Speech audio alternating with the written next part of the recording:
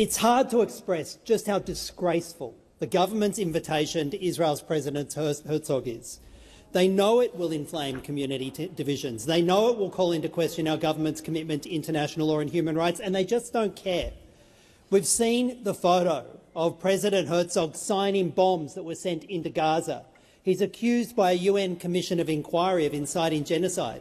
That's not just a slogan that you don't like. It's the active facilitation of the mass murder of tens of thousands of Palestinian adults and children and unimaginable harm and sorrow for the hundreds of thousands injured and the millions that love them. I can't believe I have to say this.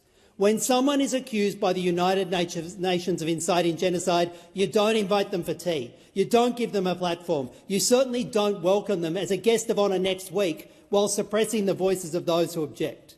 The division this visit will cause isn't on the protesters. It isn't on the hundreds of thousands of Australians demanding their government live up to its values. The division next week's visit will cause is on this government for making a choice that betrays the Australian community's conscience and exposes this government's Labor's moral cowardice.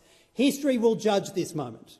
It will judge whether we stood on the right side or whether we chose cynical pandering to the US and its ally Israel over justice, whether we listened to calls for justice or tried to silence them in here, on the streets and in the media.